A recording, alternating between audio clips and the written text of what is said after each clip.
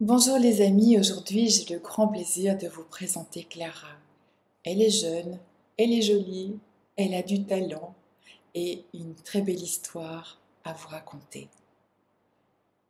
Bonjour Clara, bienvenue à toi. Bonjour Sandrine, merci pour l'invitation. Ah bah, tu sais que c'est un grand plaisir, on attendait ce moment-là, on l'a planifié déjà depuis un certain temps. Je suis ravie. On a eu le plaisir de se rencontrer déjà.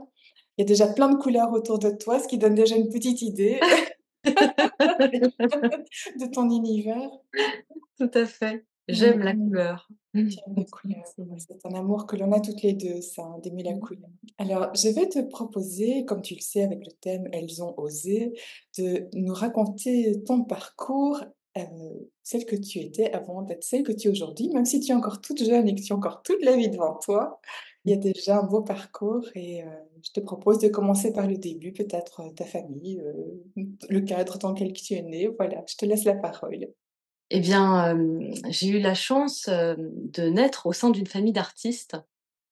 Heu, Ça a été un univers, on a grandi au sein de cet univers, donc très enrichissant. On a même vécu pendant un moment donné, avec, mes 2 petites sœurs, parce que nous sommes 3 filles, au sein de l'atelier de mes parents pendant près d'un an. Donc mon père est artiste peintre et ma mère crée des bijoux. Ils ont travaillé tous 2 pendant près de 10 ans dans le milieu de la haute couture.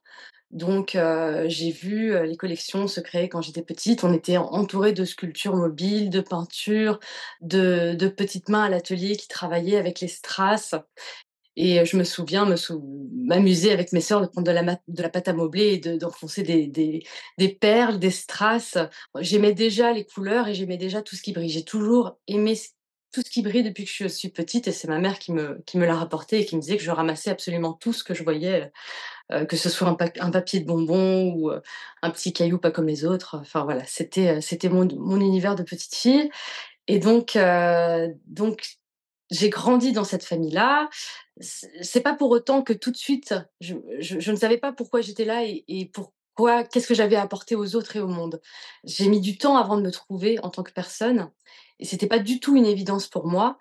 Et c'est grâce au tarot que, enfin, le tarot a fait partie de ma vie très tôt, et c'est lui qui, petit à petit, comme les petits cailloux blancs qu'on sème sur le chemin, qui m'a amenée à me trouver en tant que personne. Donc c'est un tout finalement. C'est voilà, c'est le fait d'avoir grandi dans cette famille d'artistes, que le tarot ait croisé mon chemin, et puis aussi mes expériences d'adolescente, et de jeune fille, plus tard.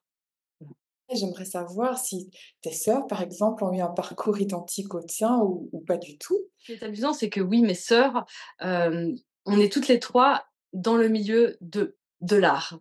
Ma petite sœur Mathilde, donc qui est juste après moi, on a 3 ans d'écart, est chargée de production à Beaubourg. Elle a Elle a aussi travaillé au Palais de Tokyo. Elle est partie, plus jeune aussi à New York. Elle a fait un stage au Museum of Art and Design à New York. Donc elle est dans ce milieu-là, elle adore, l'art, les expositions, le montage des expositions et tout ce qui se passe autour, le décor, comme derrière la scène, voilà, pour monter une exposition. Et mon autre sœur Léonore, donc la plus jeune, est juriste, et récemment, donc là, elle est en train de passer son barreau, et elle s'est spécialisée en master pour le droit, à l'image, le droit intellectuel, le droit à donc c'est très intéressant parce que ça sera bon pour, enfin, on est liées toutes les 3, quoi, voilà. Ah oui, c'est sûr que ça se complète là, hein. Oui. Oui. Donc oui, on se rend compte que vous êtes déjà dans ce milieu de l'art. Alors justement, ça va être étonnant de voir justement pourquoi il a fallu que tu oses aussi. Et un événement majeur, c'est le tarot dans ta vie? Oui, oui, oui, qui entre au bon moment dans ma vie. Il entre juste avant, la crise d'adolescence où, vraiment, au moment où elle commençait. Et donc il m'a beaucoup aidée parce que c'était, peut-être parce que je suis aînée ou pas, parce que c'était juste, mon chemin de vie et que c'était comme ça, et que j'ai répété des histoires familiales qui ne m'appartenaient pas. Donc très tôt, je me suis beaucoup aussi intéressée au pourquoi du comment. J'aime comprendre le sens de ce qu'on vit, et j'avais besoin de réponses, hein, et je pensais les trouver, on pense tous, les trouver, à l'extérieur, alors qu'on les a évidemment dès le départ en nous. Et donc le tarot a été pour moi un médium, Je le trouvais fascinant, il m'interpellait, il m'appelait et donc à l'âge de 14 ans, j'ai acheté mon premier jeu. Avant ça, je tirais déjà les cartes pour m'amuser, mais avec un autre tarot. Enfin, c'était pas vraiment un tarot, c'était un comme un jeu de tarot, c'est un jeu de cartes et c'est après que j'ai acheté le tarot.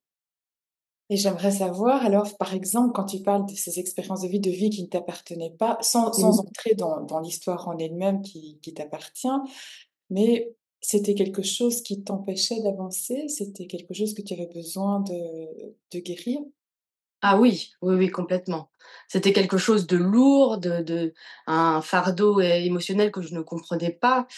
C'était une réelle histoire qui ne m'appartenait pas et le fait de comprendre, parce que la compréhension aide, c'est la clé de toute guérison, comprendre, à partir du moment où on a compris pourquoi et qu'est-ce qui se joue et qu'est-ce qui se passe, et ben, c'est là qu'on peut, commencer à démêler les nœuds, les fils et j'ai eu la chance de comprendre, finalement assez rapidement, ce qui a évité d'autres dégâts derrière, que justement je rejouais une histoire qui ne m'appartenait pas. Donc je me suis intéressée à la psychologie, à la psychogénéalogie, hem et c'est pour ça que l'approche du tarot psychologique m'a beaucoup plu.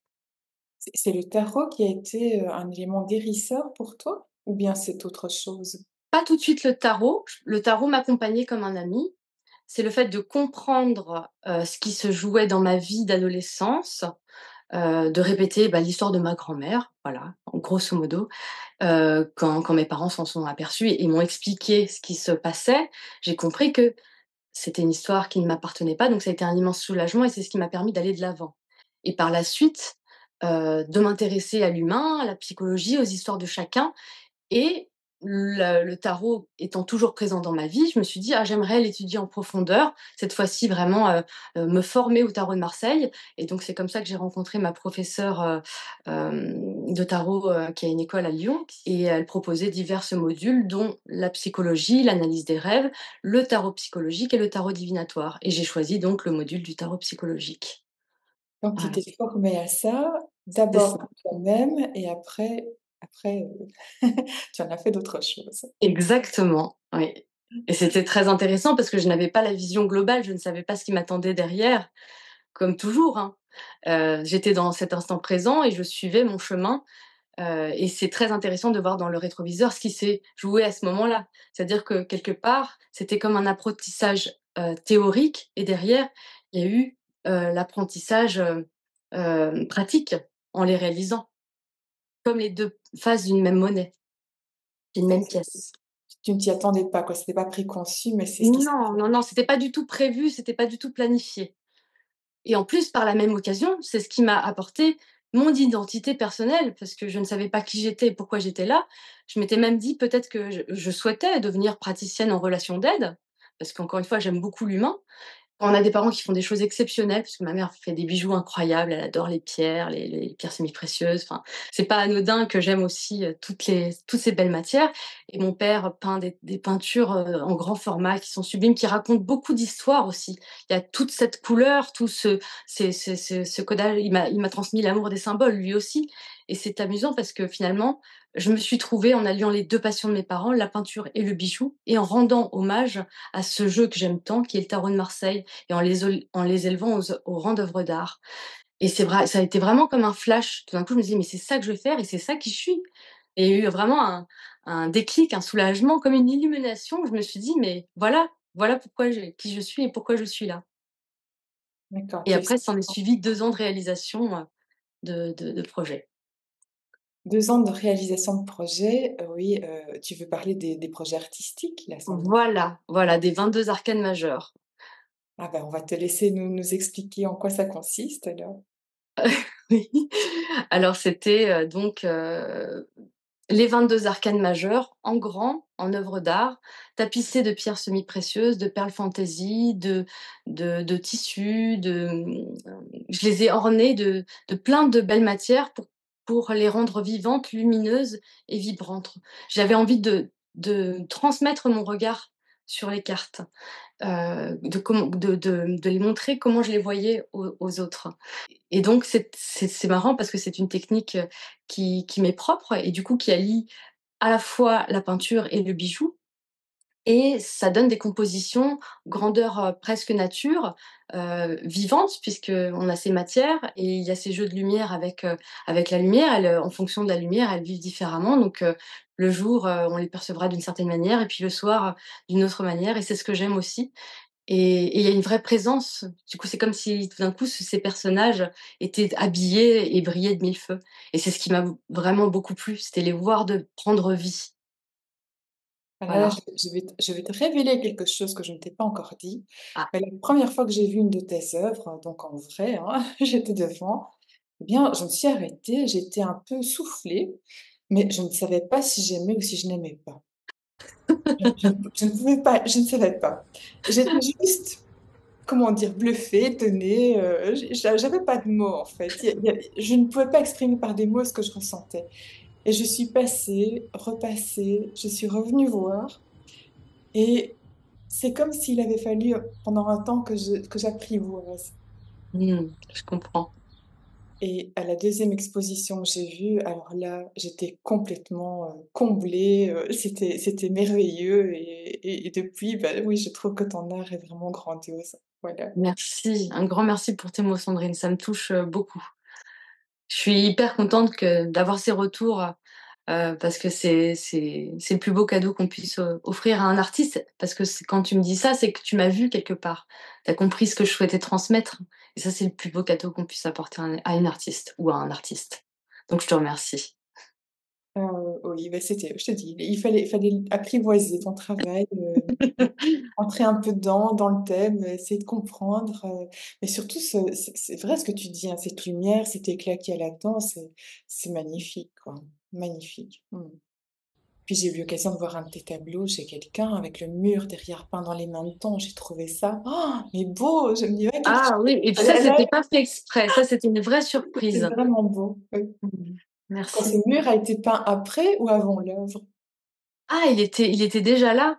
Ah, Il il était était déjà déjà là. là, mais elle est tombée amoureuse, de l'œuvre. Enfin, il y a eu comme une rencontre, c'est ce que je dis souvent. Il s'agit souvent d'une rencontre entre l'œuvre et l'acquéreur, parce qu'il y a un sens derrière, et un sens qui lui appartient à elle, qui a fait écho à son histoire actuelle et donc ce qui est beau, c'est qu'elle ne savait pas du tout dans quelle pièce la mettre. Elle n'avait pas vraiment d'idée et c'est ensemble, quand j'ai découvert son intérieur et moi, elle m'a proposé cette pièce, puis une autre, puis quand l'œuvre est arrivée dans la maison, c'était une évidence qu'elle soit en effet derrière ce fond bleu et c'était juste magnifique. Les artistes sont aussi très contents de découvrir leur œuvre accrochée dans l'intérieur, évidemment, Ah de oui, la. c'est clair.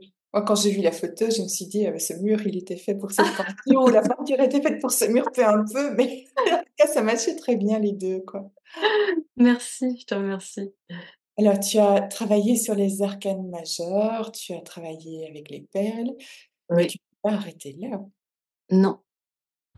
Non, non, tout à fait, et ça a été, un grand plaisir aussi parce que j'ai toujours été admiratrice du travail de mon père, la plus grande fan depuis que je suis petite. J'adore ce qu'il fait, j'adore son univers et donc ma deuxième série a été en collaboration avec lui, donc c'est le cadeau qu'il m'a fait. C'est me dessiner, les 12 signes du zodiaque, donc dans son univers avec sa poésie et donc ensemble, on a créé cette série. Donc j'ai créé, avec ses dessins.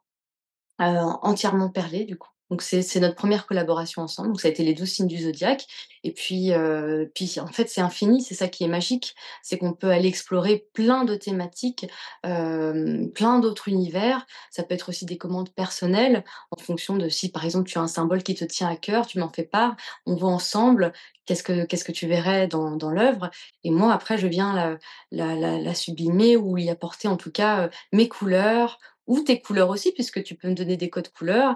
On travaille, voilà, tu m'apportes, ta vision des choses, je me plonge dans ton univers aussi et l'idée, c'est d'en faire, comme une grande mosaïque, vivante avec plein de belles matières.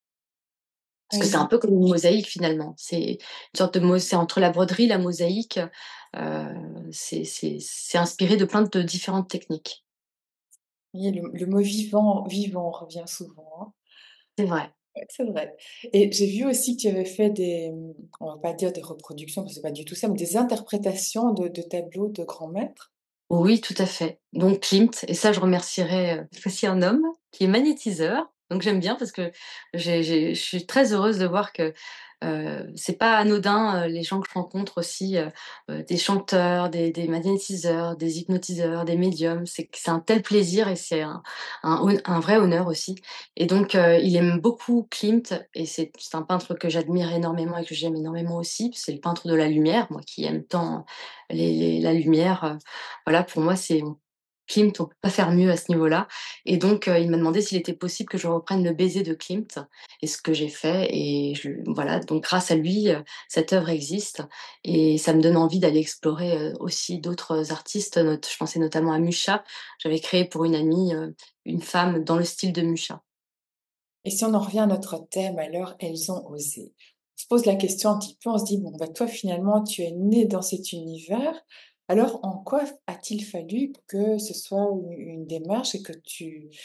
Pourquoi c'était difficile pour toi de te lancer dans ce métier? Parce que j'ai vu mes parents, hem leur parcours n'a pas été simple. Ils sont passés, et ça n'est toujours pas forcément aujourd'hui, alors que ce sont des grands artistes et qu'ils ont une c'est vraiment la poule aux œufs d'or. C'est l'œuvre de toute une vie. Mon père, aujourd'hui, je ne sais pas à combien d'œuvres à combien peut-on chiffrer ses œuvres, mais il a toujours été dans la productivité et ma maman aussi. En plus, ils nous ont élevés toutes les 3. On était 3 filles et ça n'a pas été évident, sachant qu'ils ont connu aussi des procès. C'est pour ça que c'est amusant que ma petite sœur souhaite devenir avocate pour défendre les artistes et pas que et donc ils ont connu, beaucoup de difficultés financières, de procès, mais aussi plein de succès, en fait. On a eu la chance d'aller à New York, j'ai eu la chance d'aller à Singapour. Mon père avait créé une gigantesque fresque pour cette ville de 127 mètres de long.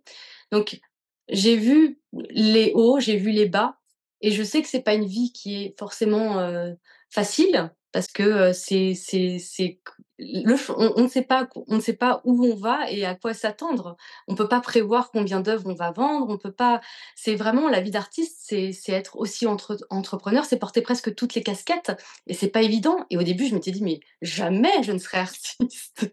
Ça ne m'était même pas venu à l'idée. J'avais je ne savais pas qui j'étais, mais je sentais que j'avais envie moi aussi de m'exprimer, je ne savais pas comment et quand je me suis trouvée, j'ai même pas pensé à, «Je vais pas le faire parce que c'est trop difficile». J'étais tellement heureuse de m'être trouvée que je me suis même pas posé de questions et qu'en fait, ce qui m'animait était beaucoup plus fort que tout et c'est ça qui nous porte, en fait.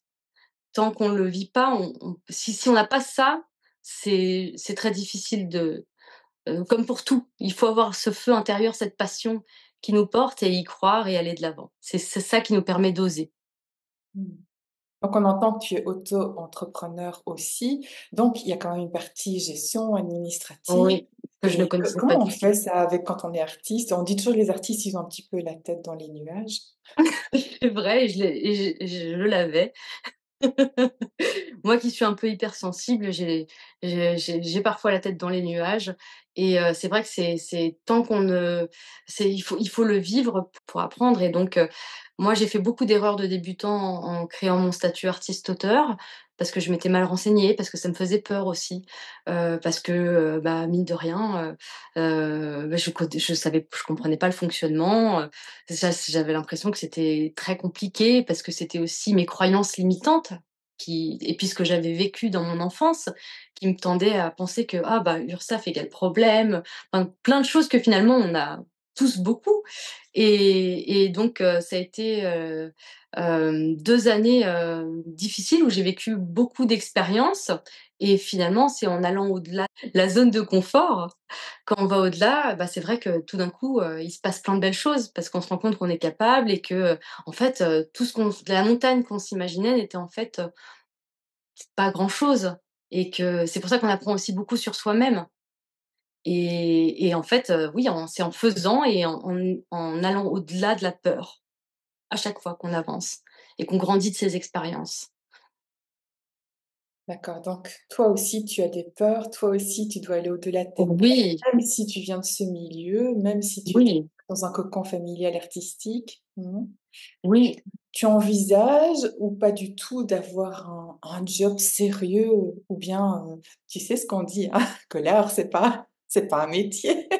Ça, c'est fou quand on y pense. D'ailleurs, c'est uniquement je ne connais qu'une profession à laquelle on demande, de faire 2 métiers, c'est bien aux artistes et ça me fait rire parce qu'est-ce qu'on demanderait ça à un médecin ou à un psychologue ou ça me paraît alors qu'en plus, c'est un métier qui est très difficile déjà et pour avoir essayé justement parce que justement, je m'étais trompée dans mes démarches et que, je me suis retrouvée, quand je dis dans mes démarches, c'est tout simplement je me suis mal renseignée, donc quand je me suis inscrite, j'étais inscrite sous un mauvais, régime fiscal, pour dire les choses concrètement. Donc ça m'a mis dès le départ dans la difficulté, sachant que quand on commence une entreprise, c'est déjà pas évident, d'autant plus quand on est artiste. Donc j'avais vraiment toutes les difficultés qui étaient là et pendant 1 an, pour m'en sortir, j'ai pris un mi-temps qui, au début, sur le papier, ça fonctionnait, ça me laissait toutes mes après-midi, mais sur le long terme, ça ne fonctionnait pas parce qu'en fait,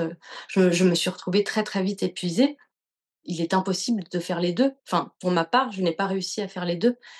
J'ai même ma santé a été, mise en danger. C'est ce qui m'a permis de changer après les choses. Donc il m'a fallu passer par des difficultés pour comprendre et pour aller de l'avant.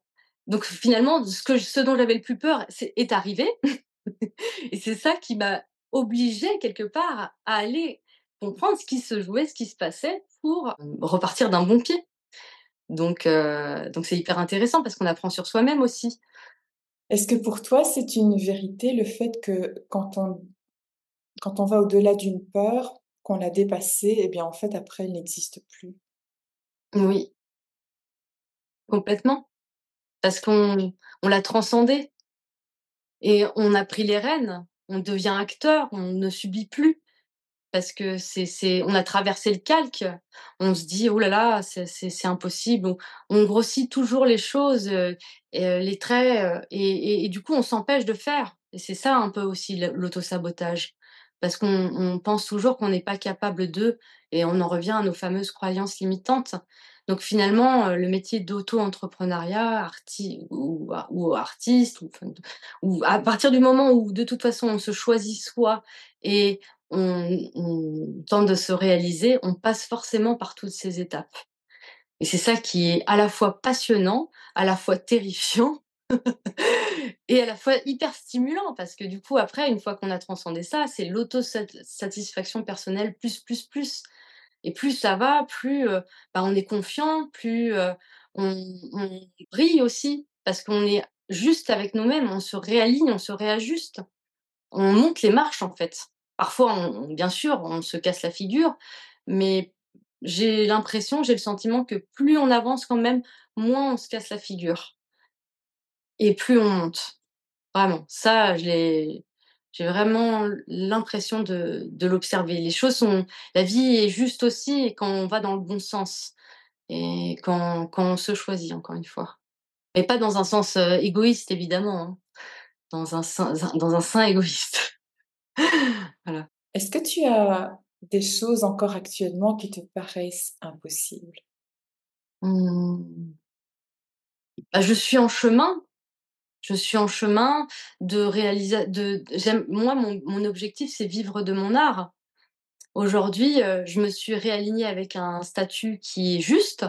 J'ai mis toutes les chances de mon côté, en investissant, en faisant un prêt, vraiment en mettant toute ma personne. Maintenant, je suis à ce moment où, je peux pas te dire. Il me faut je pense qu'il faut 1 an pour que je vois, qu'est-ce qui va se produire derrière. Je suis dans ce moment où je ne sais pas encore. Tu ne sais pas encore, mais tu as pris ce risque d'emprunter de l'argent pour Oui, lancer ton travail. complètement, complètement, oui. Parce que je ne me vois pas faire autre chose. Parce que je sais que c'est qui je suis et donc je me donne, les moyens de réussir à fond. Voilà, comme je peux, du mieux que je peux. À chaque fois, je fais du mieux que je peux. Ouais, ben ça, c'était encore une belle peur à dépasser justement de faire ça, hein. Mmh, c'est vrai, c'est vrai. Alors aujourd'hui, on te voit parfois sur les salons, dans les foires, enfin dans des salles d'exposition, tu vas un peu partout. Oui, D'une part, tu exposes tes toiles, d'autre part, bien, tu tires les cartes pour les gens qui viennent te oui, visiter. Tu complètement. ah oui? Tu peux nous en dire un mot aussi? Je rêvais, d'entrer dans le monde du luxe aussi et j'ai potentiellement une très belle opportunité, qui arrive avec les cartes. Encore une fois, c'est les cartes. C'est toujours les cartes. Les cartes ont toujours fait partie de ma vie et j'ai l'impression que c'est comme des amies bienveillantes qui me suivent depuis le départ. C'est très étonnant.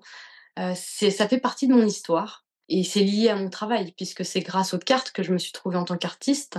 Donc ça sera toujours, hem liées et donc l'idée c'est de, bah, je pourrais en dire un peu plus, plus tard, mais en tout cas oui, je tire les cartes. Comme, on s'est rencontrés donc au festival, de Philippe Ferrer, à Lille au domaine Scarabée ou au château de Denonville avec, Nathalie D'Angelo. Donc dans des différents festivals, salons, ou tout simplement les gens qui font appel à moi, qui me demandent des tirages, privés, à la maison, voilà. Alors Clara, au milieu de toutes tes activités, de tout ce que tu fais, qu'est-ce que tu nous proposes peut-être pour le moment d'ailleurs? Alors, bah, j'expose, donc, au Salon d'art contemporain de Saint-Tropez, près du Vieux-Port, salle Jean Despas, jusqu'au 2 octobre. Voilà. D'accord, donc on a encore le temps d'aller te voir et Tout à puis, fait. d'autres projets pour la fin de l'année? Oui, après j'aurai diverses expositions, en Haute-Savoie, donc, que j'annoncerai, ponctuellement, sur mon site en avance, donc vous pouvez les découvrir, progressivement et donc, ça sera avec plaisir de vous retrouver, si vous êtes, dans les alentours de la Haute-Savoie ou de Lyon ou de Genève. Voilà. Eh bien, pour toutes les personnes, bien sûr, allez voir sous cette vidéo, tous les liens seront indiqués. Et donc si toi, aujourd'hui, tu devais, donner un conseil aux personnes qui t'écoutent en ce moment, qui te regardent et qui, elles aussi, ont plein de rêves, mais restent assises sur leur chaise, complètement tétanisées, ont peur de se lancer, qu'est-ce que tu leur dirais? Je leur dirais de revenir à leur enfant intérieur, parce que pour moi, l'adulte se doit de porter les rêves de l'enfant. C'est notre mission, de lâcher le mental et juste prendre plaisir. Hem, Parce que la plupart du temps, quand on est dans la peur, on est dans le mental. On n'est pas du tout dans l'instant présent, dans, le plaisir de créer, le plaisir de faire. Donc on s'éloigne quelque part de qui l'on est et c'est pour ça qu'on est tétanisé et qu'on est dans l'inaction. Tandis que quand on est juste dans l'instant et dans le plaisir de faire, il y a pas ce mental qui parasite. On est juste, nous avec notre âme, avec notre enfant intérieur. Il y a rien, tout se fait dans l'instant si tu veux. Tout se crée, progressivement, jour après jour, dans l'instant. Par exemple, tout simplement, le projet des 22 arcanes majeures, quand j'ai commencé, je me suis pas posé la question de: «Comment je vais faire pour le financer?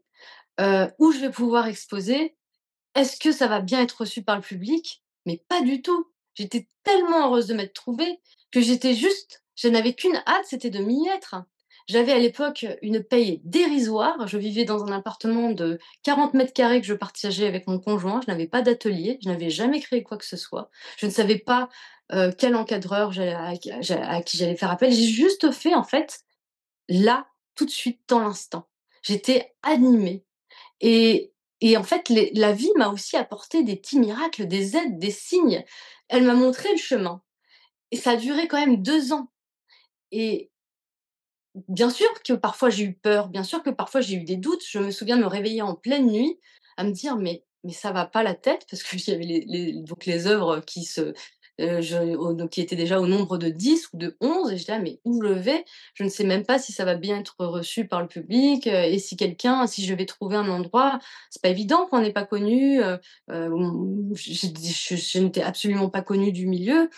Et puis trouver un endroit qui accepte de nous exposer et surtout un endroit suffisamment grand parce que là, on parlait de 22 œuvres qui faisaient presque près d'un mètre de haut. Cet endroit, il est apparu, il a été là et en plus, c'était amusant parce que la personne, qui le tenait s'appelait, Alejandro, comme Alejandro Jodorowsky que j'admire énormément avec Marielle Évidemment. Cancer. Et il s'appelle Alejandro Saga, c'est un artiste peintre. Il est chilien lui aussi et c'était dans l'espace Jour et nuit culture de Saint-Michel, donc jour et nuit, ombre et lumière. C'était très beau Tout, Il y avait donc 22 marches, enfin on tout peut était on peut appeler ça des synchronicités, quoi. Ben oui, c'était fou, c'était incroyable et juste avant le confinement en plus. Mmh. C'est-à-dire que j'ai pu faire mon exposition avant que tombe, cette sentence en mars. Tandis que si j'avais utilisé mon cerveau, c'est bien de prévoir bien sûr, mais pas dans le sens mental qui contrôle tout. Si j'avais utilisé ce mental en me disant: «Attends, il faut être sûr que», jamais je n'aurais rien fait et ça m'aurait paralysée. Voilà. Ça c'est un truc, vraiment hyper important. Et on sent que c'est vraiment du vécu, ça c'est clair. Donc en 2 mots, tu dirais quoi aux gens? Une phrase? Osons vivre, osons faire. Merci beaucoup pour ton magnifique témoignage. Je suis vraiment contente de tout ce que tu nous as apporté. Un grand, grand merci à toi, une Avec belle grand plaisir. continuation dans ton travail. Ouais, je te remercie Sandrine. Merci pour cette très belle invitation. J'ai été ravie de partager, cette expérience ici avec toi et avec vous. Si comme Clara, vous avez des rêves et que vous êtes pour le moment un peu coincé, vous ne savez pas par quel bout vous y prendre, je vous invite à prendre un rendez-vous de bilan de compétences et mission de vie. Nous allons explorer ensemble votre essence profonde et mettre en place des choses qui vont vous aider à accomplir ce qui vous tient tant à cœur. Les liens sont ci-dessous. Les liens de Clara sont en dessous également. Allez voir ces expos, c'est vraiment génial. Merci à tous et à très bientôt.